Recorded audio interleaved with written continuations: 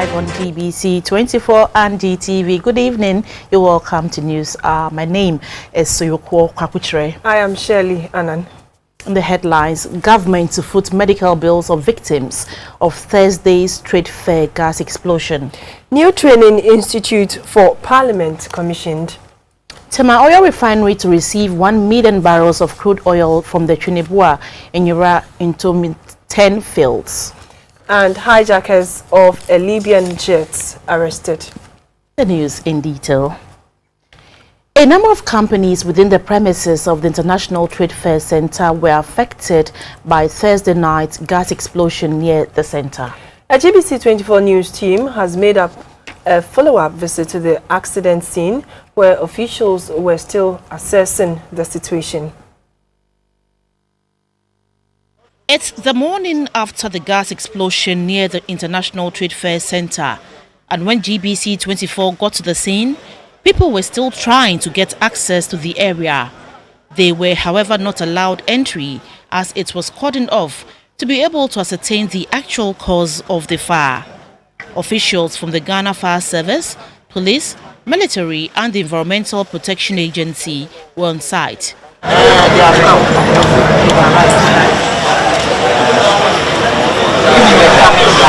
The Accra Regional Public Relations Officer of the Ghana Police Service, ASP Ifiatinge, appealed to the general public to help with contacts to link up with families of the victims. We would appeal to families, we would appeal to friends and well-wishers that if you have people who work here, it is not very safe for you to come and begin to look for them. Maybe you could go to the hospitals to find out whether your loved ones are there. Now the place, it's not safe for people to come or for commuters. The La District Police Commander, Chief Superintendent Joseph Owusu-Bempa, sounded a note of caution to all. Now the place is not safe. There's a mission and the fire service is advising that nobody should get near the place. So people who are using the cemetery road to go and assess the place, I don't know what they are looking for because there's nothing. The police are asking all who use the bypass road to use the main road for now because the main bypass has been blocked. Later, our team visited the premises of the International Trade Fair Center where some organizations have been affected by the gas explosion. This is Honeypot Company Limited. A look around showed that their offices and equipment running into millions of Ghana cedis were burnt down. The managing director, Peter Awono Williams, and his wife were visibly shaken by the accident. Currently, we've insured the vehicles, so we're talking to our insurers. But the rest, we will have to explore the possibility of getting in touch with the Louis Gas, I hear them, and talk to our lawyers to see who can be held liable for this damage. Another place that was affected by the gas explosion is Pavilion X, which houses the Aid to Artisans Ghana (ATAG). 4 of the company's departments, design workshop, main shop, administration and media laboratory, were all razed. Smoke was still emanating from the buildings and fire officials were trying to completely extinguish it. These items and many more, designed by ATAG, which were supposed to be delivered to clients today, Friday, were all burnt. Some workers got seriously injured and are on admission at the hospital. A former worker of ATAG, Ebenezer Ado, said he was alerted of the explosion yesterday evening and rushed to the scene. It was serious, but when I came, media lab was not really on fire. It was just, you see it from the top that it's burning small. But, you know, the fire service, when they came around, they said ran out of water and all the hydrants in the fair has been locked. So there's no way they can get water inside the trade fair. So they had to go to Asunjue Park to go and bring water. So by the time they came back, this is what has happened. Those affected are still counting their loss. Meanwhile, Health Minister Mr. Alex Segbefia says the government will bear the medical bills of all victims of the trade fair gas explosion. Mr. Segbefia made this known during his visit to all 4 health centers where the victims are on admission. 9 of the victims have been confirmed dead. Mr. Segbefia was first at the 37 Military Hospital, where 28 victims were admitted on Thursday. According to management of the hospital, 1 passed on this morning, while 4 were treated and discharged, and 4 others are in critical condition. 23 more are on admission, including 2 children whose parents are yet to be contacted. From here, the minister visited the La General Hospital, where 18 victims were treated and discharged on Thursday. There were 5 that were quite critical, so had to be referred to tertiary centers for higher management, further management. So these 5 were in quite critical state, so they were referred to, as the Honorable Minister said, to Colleague 37. And we were able to admit here 6 patients, 3 females and 3 males. And as earlier on said, they are all adults. Currently, they are all fairly stable. Their condition is quite stable. Most of them have superficial burns. So you realize a lot of them had blisters, so they are superficial. There's a patient who got knocked down by a vehicle, so did not actually sustain burns, but got knocked down by a vehicle. Fortunately, we've just looked at her x-rays and there are no fractures or dislocations, so she is also quite stable. So we thank God that generally our patients here are stable, and we are hoping that those that we referred for tertiary care would also pull through the critical moments and be well and recuperate fully. I was here last night, and I can say that due to the diligence and hard work of the nurses and the staff of the hospital, and due to the grace of the Almighty God, there's a marked improvement in the disposition of the patients. You can see they are more alert, they are able to give you more details, and the initial shock of the incident is slowly beginning to diminish. His Excellency President John Dramani Mahama has indicated that for the burn victims, all their medical bills and care that is required will be covered by the state, by the government. And so we implore the management of the hospital to immediately gather what they need, what they've already spent, and make it available as soon as possible. We do not want this thing to die down and then we get into the throes of it taking too long for payments, etc. At the police hospital, a 13-year-old girl is on admission with 5 victims confirmed dead. The Director General of the hospital, COP SM Zakaria, gave the minister a briefing. Mrs. Segbefea's final stop was at the Polibu Teaching Hospital. Here, out of the 6 victims admitted, 2 have passed on. The others are being nursed. I'm in touch with the Plastic Center, and the place is congested, but they are making frantic efforts to transfer the patients to the Plastic Center. So at the moment, we have done the initial resuscitation. We have beefed up the nursing aspect. The Director of Nursing Services rescheduled some nurses to beef up the strength of the nursing aspect. So I think as much as possible, we are doing everything for them.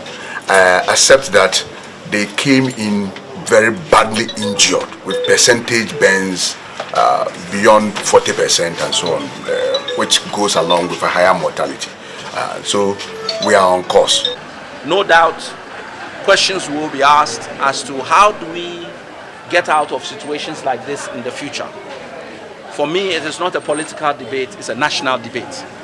And we as a country must begin to look at where we situate items that can cause serious damage. We must look at how we give licenses to people to put up premises.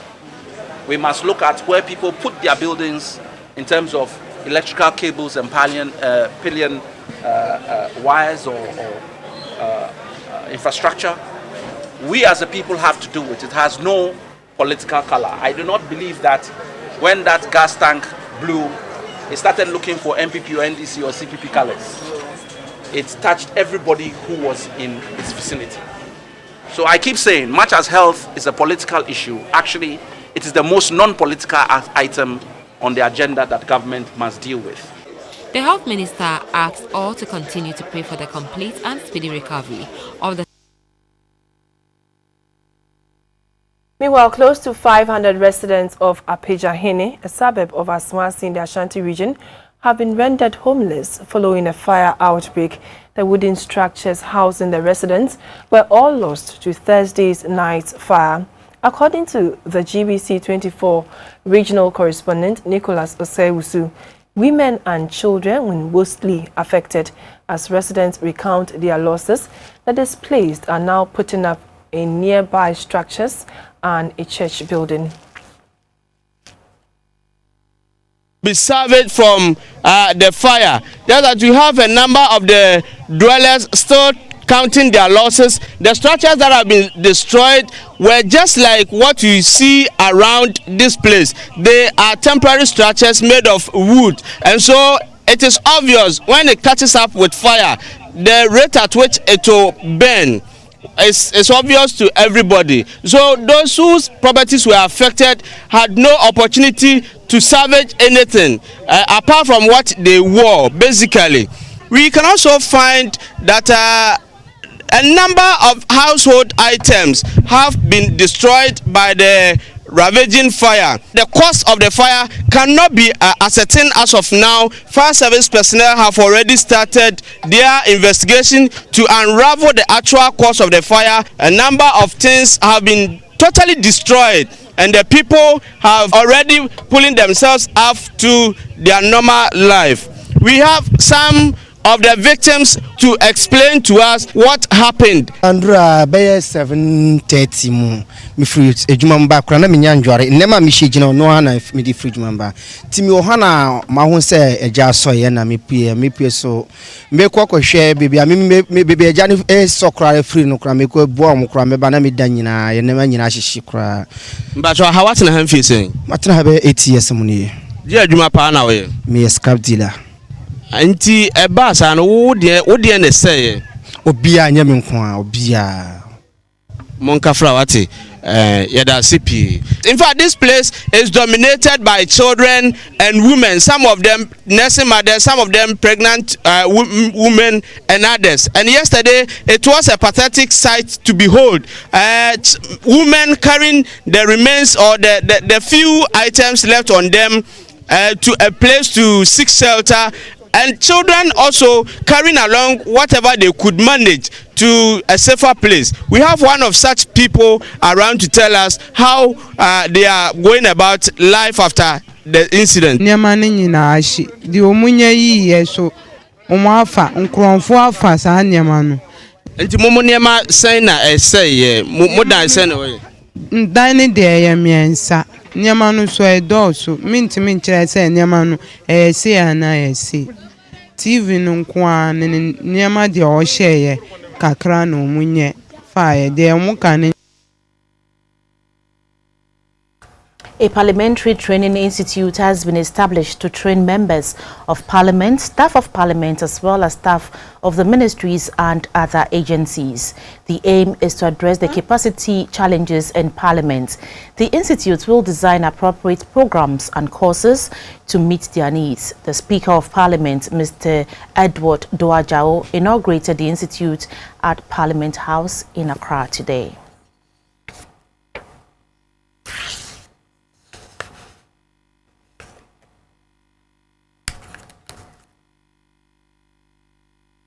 We'll bring you pictures to that story later. Oh. The world over, it is sometimes a chore to keep all neighborhoods free from dirt, infection and disease by promptly removing waste and properly disposing of it. Some residents at Choco, a fishing community in Accra, say they are worried about the heaps of refuse and solid waste in polythene bags littered around the community and most especially their beaches. Residents frown at the health implications and the negative picture to the rest of the world. Choco is densely populated, and for many years, residents have had a hard time dealing with sanitation. This is partly due to improper disposal of rubbish and solid waste. Some residents blame those responsible for clearing the dustbin whenever it is full. According to them, the bins are seldom emptied immediately, and this results in indiscriminate littering. The mainstay of residents here is fishing. At any given time at the beach, the children are at play while the adults keep busy working on their canoes. The smell from the garbage heaps is pungent. Pigs and other livestock feed on the rubbish, while flies are also feasting on the rotten heaps. GBC24 came across a resident of Choko, Isaac Lamte, who said he is willing to ensure that all residents keep the beach clean.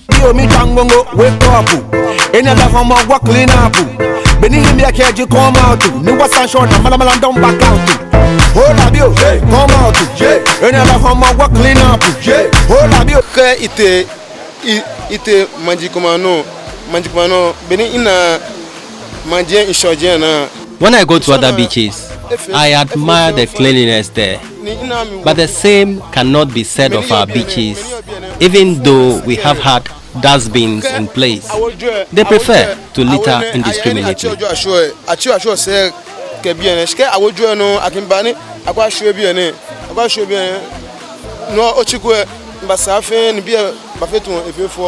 Some of the residents use the beach as a loo. They say they prefer the beach, which comes at no cost, to the public toilet, which according to them is expensive.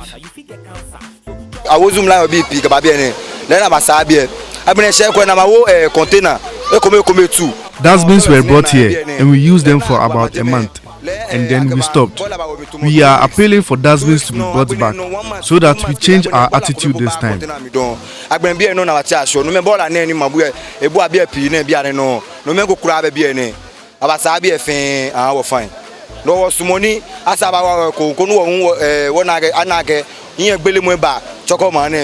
Meet Charlotte Lamte.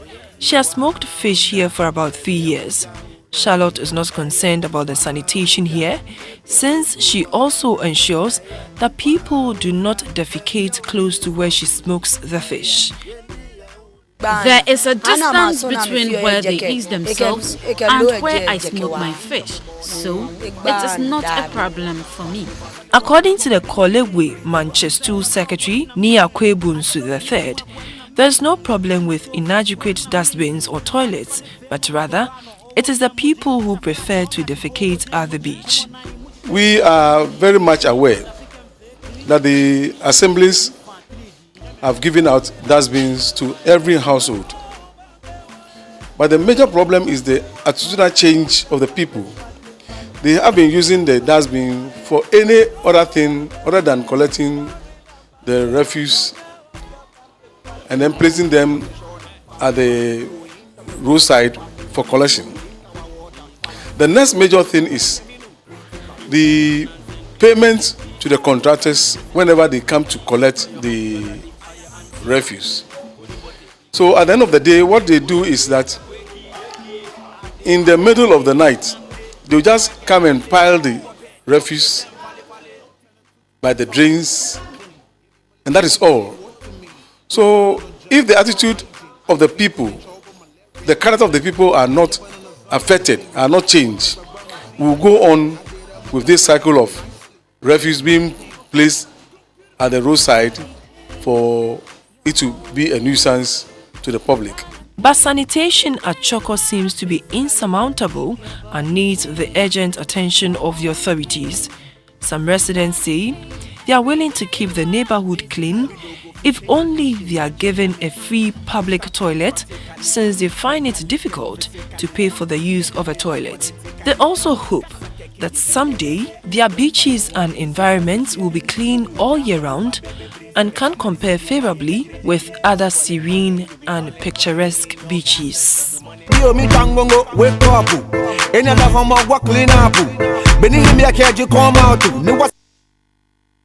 Still the news on GBC24 and GTV. We have business coming up after this break. Please stay.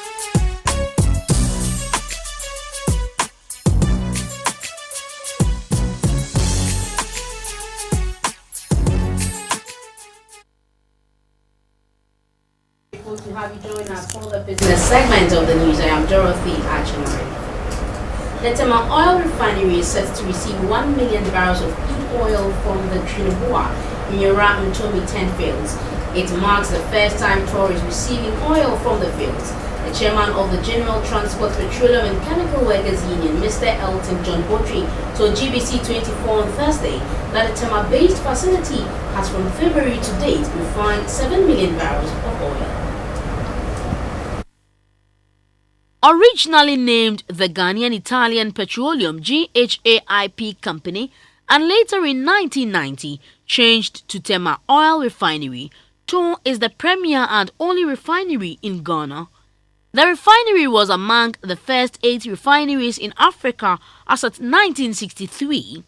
It refines 45,000 barrels per stream a day as a capacity crude distillation unit and supplies this quantity out of the national demand of 65,000 barrels per stream a day.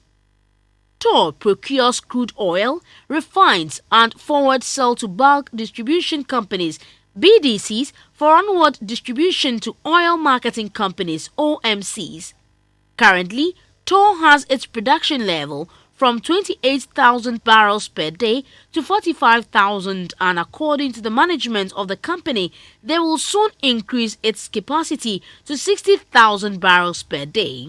Tor, since February 2016, has refined 7 million barrels of oil, and they are expecting a delivery of 1 million barrels from 10 oil fields. The chairman of the General Transport, Petroleum and Chemical Workers Union, Tor, Mr. Elton John Botry, said the resumption of work by Tor has earned Ghana a substantial amount of foreign exchange as a result of its exports to Nigeria, Burkina Faso and other African countries. We feel that Tor should run. If Tor is running, it trickles down to all the sectors of the economy because we have supply of petroleum products. We have constant, whilst we are running now, all the 5 sectors of the petroleum hub are working. Because now we produce, it goes to Bost. Bost is supplying as far as Burkina Faso, and they are even exporting. With a mandate to develop a network of storage tanks, pipelines and other bulk transportation infrastructure throughout the country and to keep strategic reserve stocks for Ghana, there is about $100 million cut in importation to finished petroleum products for each month as a result of the synergy between Bost and Tor. With regards to losses made so far, the chairman of the General Transport, Petroleum and Chemical Workers Union, Bost, Mr. Bernard Owusu, said losses made were limited. I can see there is a lot of things that they are doing. Bost hasn't had our head office. We are building our head office. We are expanding our, depots. And, to me, I see nothing wrong with it. The staff appealed to the Nana Akufo-Addo's administration to help put Tor on a trajectory that will enable it to meet the demand of the country. With the discovery of oil and gas in Ghana, the company has positioned itself to expand and improve its infrastructure to ensure reliability of petroleum products on the Ghanaian market and also export to the ECOWAS sub-region. The National Investment Bank has said thank you at an event in Accra to its customers for their loyalty and contribution to its success story. The week-long celebration was to encourage customers to continue to do business with them. At the event, NIB outdoored its MasterCard, a new product that has been added onto the bank's services. The National Investment Bank has set aside a week to celebrate their customers whose custom has helped to make them the second best bank in Ghana. At the Customer Appreciation Week, customers were given a small token as a keepsake of their partnership with them. Customers who visited the various banking halls were treated to drinks, chocolates, cakes and various branded souvenirs. At the climax of the celebration, the board chairman of the National Investment Bank, Togbe Afede, said NIB recognizes the importance of customers to the growth and development of the bank. For this reason, a week is set aside every year to acknowledge and appreciate their contributions, identify their challenges, and exchange ideas with them for a better partnership in the future. Competition has brought in its wake innovation. Innovation is what distinguishes one company from the other. To survive in the current business environment, we have to be innovative. We have listened to your needs, and today we are launching NIB MasterCard. MasterCard is a leading global payment solution widely accepted all over the world. The National Investment Bank also launched a MasterCard at the event, which adds on to their products and services. The MasterCard, which come in 3 different categories, namely the MasterCard Gold, the Debit Gold, and the Prepaid Card, can be accessed at over 2 million ATMs across the country and abroad.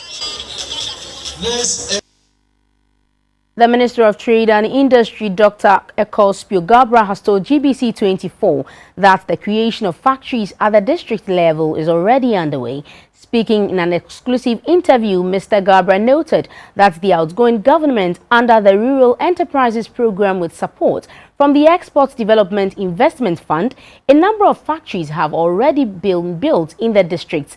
His comments are in a reaction to the one district, one factory policy of the incoming Akufo-Addo government. Then the Rural Enterprises Program also has been around for 20 years.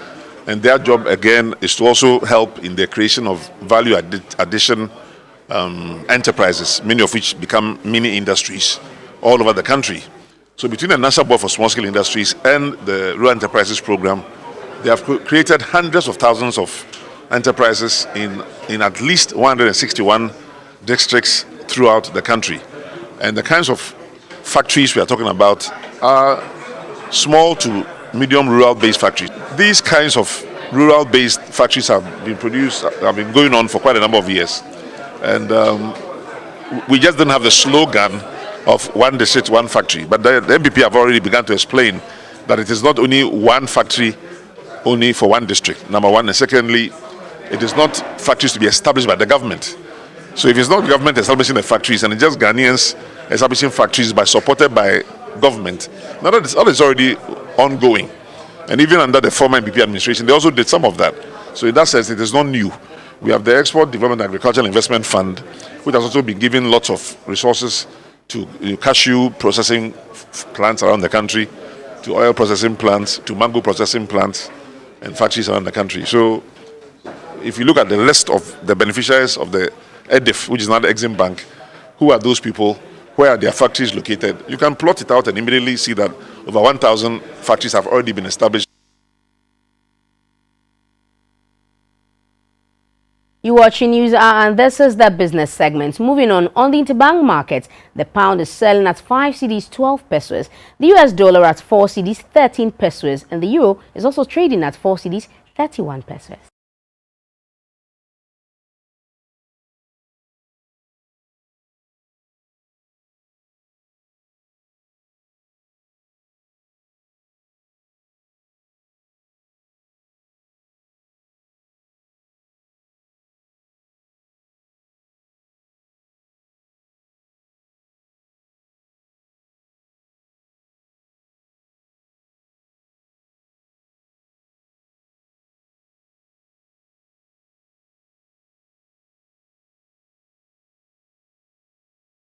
On the commodities market, light crude is trading at $52.60 per barrel and cocoa at $2,198 per ton. Gold is going for $1,130.90 an ounce.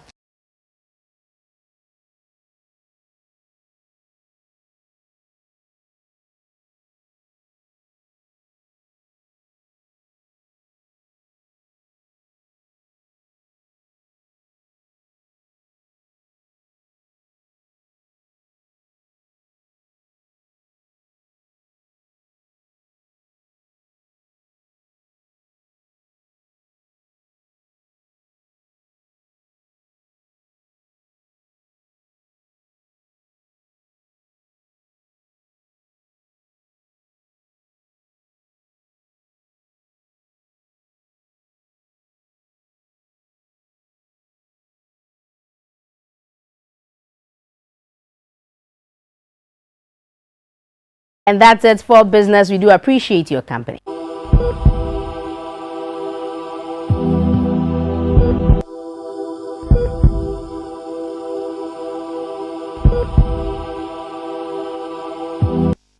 Thank you very much for staying on. In health, Experts are again cautioning the public to eat and drink in moderation this festive season. The director of the Cardiothoracic Center at the Kolebu Teaching Hospital, Dr. Lawrence Ribwo, says physical activity and general exercises are important, in addition to eating a balanced meal to prevent heart-related diseases. This is the season to eat, drink, and make merry. And as always, experts are cautioning consumers to make their health a priority by paying particular attention to what they eat. The director of the Cardiothoracic Center at the Kolebu Teaching Hospital, Dr. Lawrence Ribwo, in an interview with GBC24 said, fatty foods, excessive intake of alcohol and foods with high cholesterol level can trigger heart diseases. We can improve our heart health by watching what we eat, what we drink. So since this Christmas is coming and New Year, let's celebrate, but let's be watchful as what we eat and what we drink. Let's do everything in moderation. Avoid foods that are very high in fat, very high in sugar. Let's imbibe more fruits and vegetables in our diet. Let's exercise a little bit. Furthermore, Dr. Siribo asks the youth especially not to smoke shisha or other hard substances since it is detrimental to their health. For those who smoke, please, the new year is coming. Make a resolution to stop smoking. Smoking is suicide. You're killing yourself. And for the youth, I want to warn them about this new craze that is coming up, shisha. People think it is a status symbol to keep on smoking shisha. Spending 1 hour on a shisha machine is equivalent to smoking 100 sticks of cigarette. So people should not think that because shisha is going through water and all sorts of things, it is safe. It is not. In a related development, the Food and Drugs Authority says traders have every right to sell products that have even 1 day to expire, but adds that consumers can buy these products if they can consume the product before the date of expiry. The FDA also urged the general public to be cautious of rusty canned foods and consumables constantly paraded in the sun. This is because such products have not only lost its nutrients, but can be harmful to one's health. If you buy a canned product and you notice any rusting at any part of the canned product, we advise you that do not patronize the product. The reason is that there's a possibility that the rusting has extended into the can. And when it happens that way, it contaminates the products. And you can get food poisoning. Products that are exposed to direct sunlight, it is not the best. Though the expiry date may be intact, because of the exposure to the sun, the heat and things, it can affect its shelf life. So you may be seeing that they've written expired maybe December 2017, but because of the way they've kept it or the way they've exposed it to sunlight, it is already gone bad. So, as a duty, GBC24 is re-echoing the call for moderation and care in what we eat and drink this season. Your health should be your priority. Merrick. The Cardiothoracic Center of the Kolebu Teaching Hospital has received 5,000 Ghana cedis from the Dansuman Women's Ministry Wing of Assemblies of God to offset some medical bills incurred during surgery. Statistics available to the Cardiothoracic Center of the Kolebu Teaching Hospital indicates that over 700 children are born with a hole in heart condition annually. Doctors say children born with a heart condition cannot live above 5 years if they do not undergo a corrective surgery. However, medications and equipment known as life support used to keep patients alive during surgery are expensive. To support the unit, a delegation from the Dansomai Women's Ministry Wing of the Assemblies of God Church has supported the cardiothoracic unit with an amount of 5,000 Ghana cedis.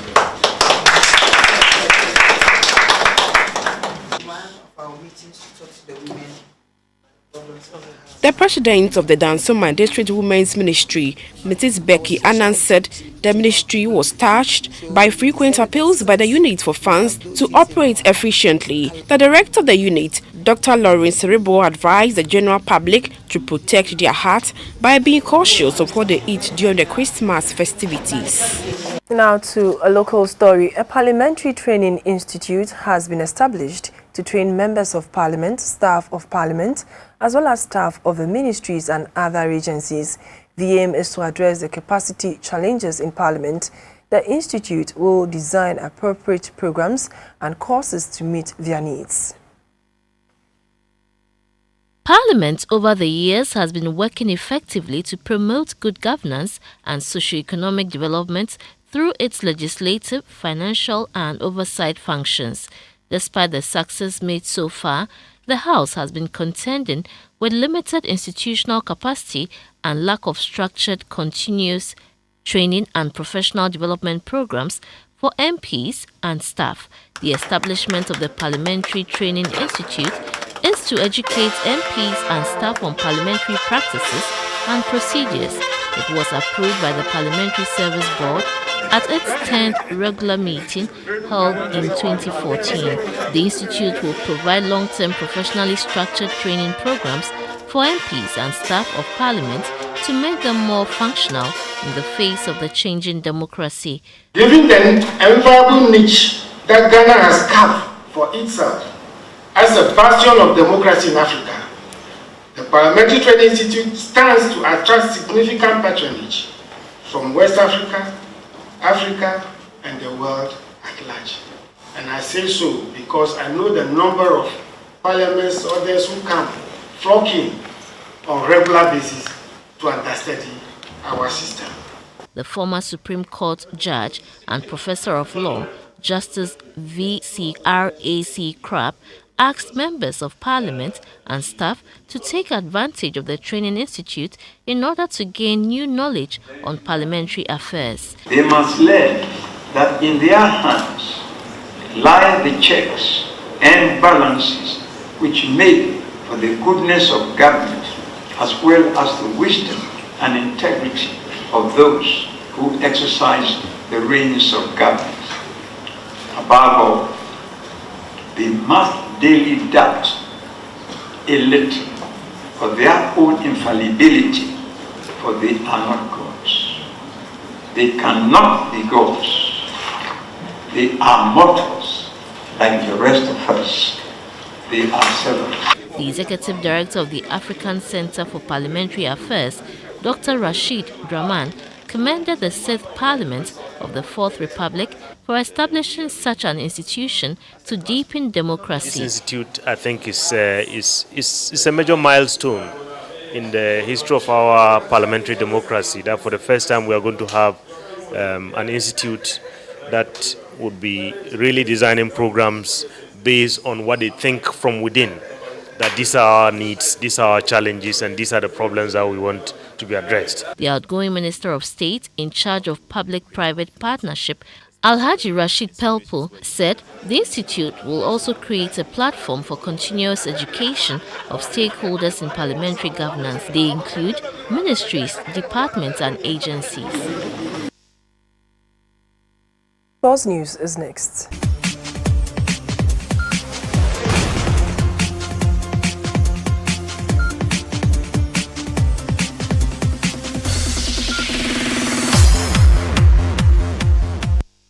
Hello, let's talk sports. I'm Theophilus Sampa. Ghana has been included in the maiden edition of the Commonwealth Youth Games, which is slated for Bahamas in 2017. The competition will run from the 19th to the 23rd of January. Ghana is expected to field both male and female beach soccer teams.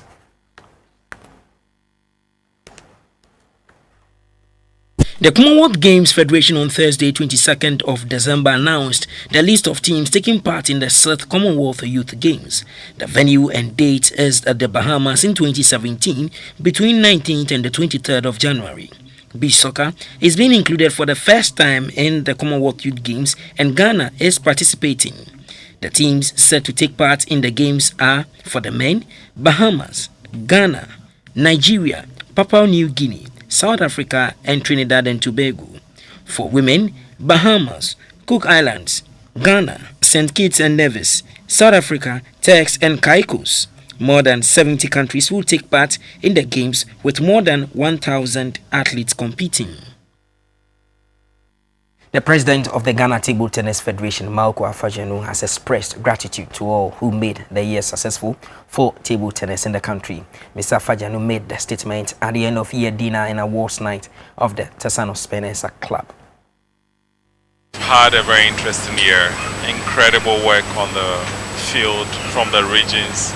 Very remarkable how regions and districts are organizing themselves.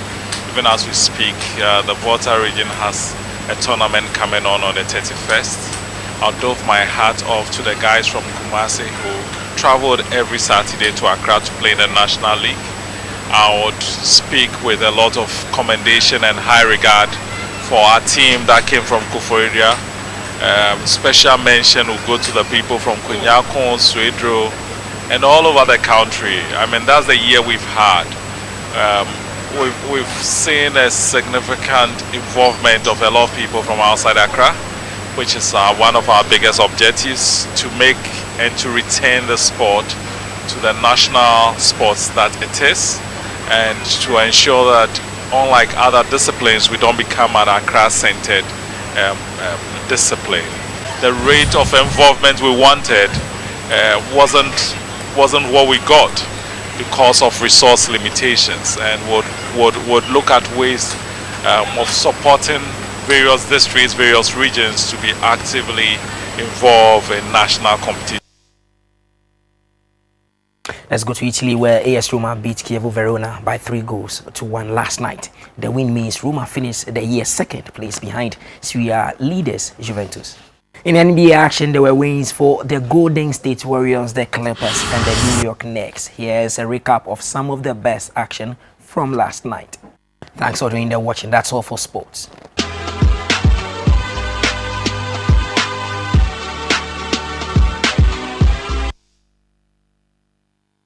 Hello, good evening. Time for some art news. My name is Valerie Danso. The GBC band, the Paysetters, and a number of musicians are readying themselves for a 3-day Xmas gig at the GBC Christmas Village at the Broadcasting House here in Kanda. The musicians have spent days perfecting their act with a number of rehearsals ahead of the event, which ran from the 24th to the 26th of December. Ephraim Beats and High Life artist Nana Kwame enjoyed the rehearsal with the GBC band.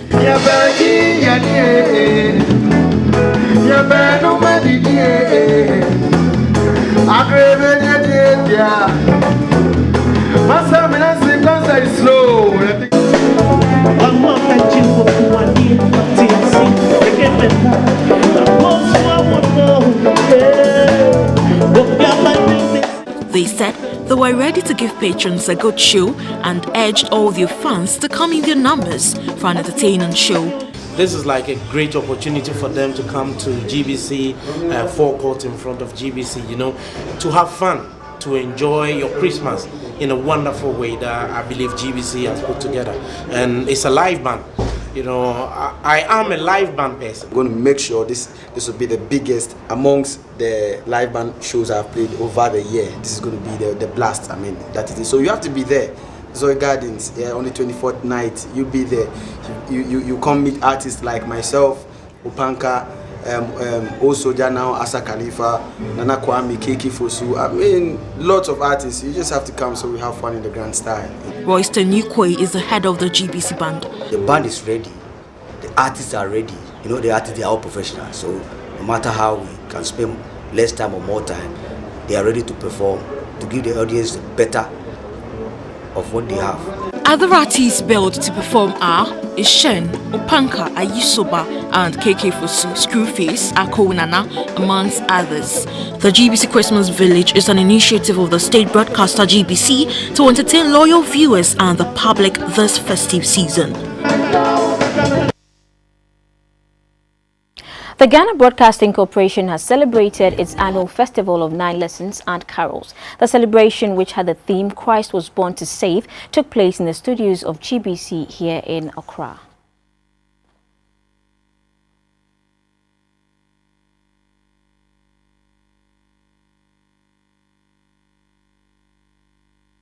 The angels proclaim to shepherds in The celebration commenced with some music performances from the Royal Philharmonic.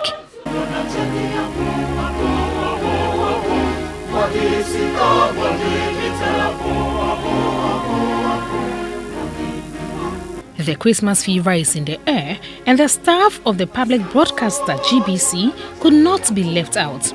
Songs to herald the Festival of 9 Lessons and Carols was led by the Royal Philharmonic Choir.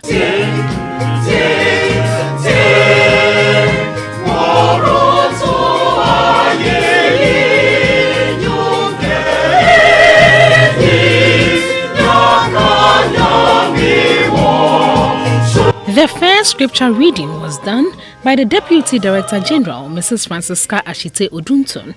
The first lesson is taken from Genesis chapter 3, verses 8 to 19. Genesis 3, 8 to 19. God tells sinful Adam that he has lost the life of paradise and that his seed will bruise the serpent's head. The Christ the King choir from Koforidua was also in attendance to spice up the occasion. Oh, glory be to God in the highest and on earth, 'tis good will.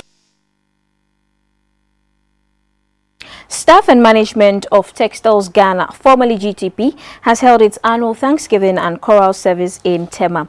The event was to thank God for a successful year in operations and to encourage staff to work harder in the coming year to promote the industry.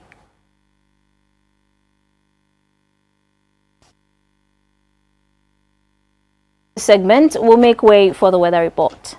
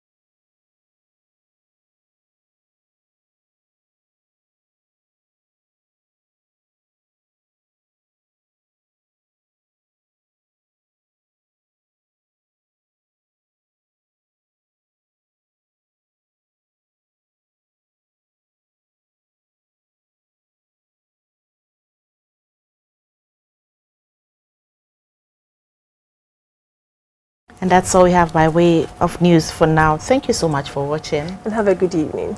Good evening.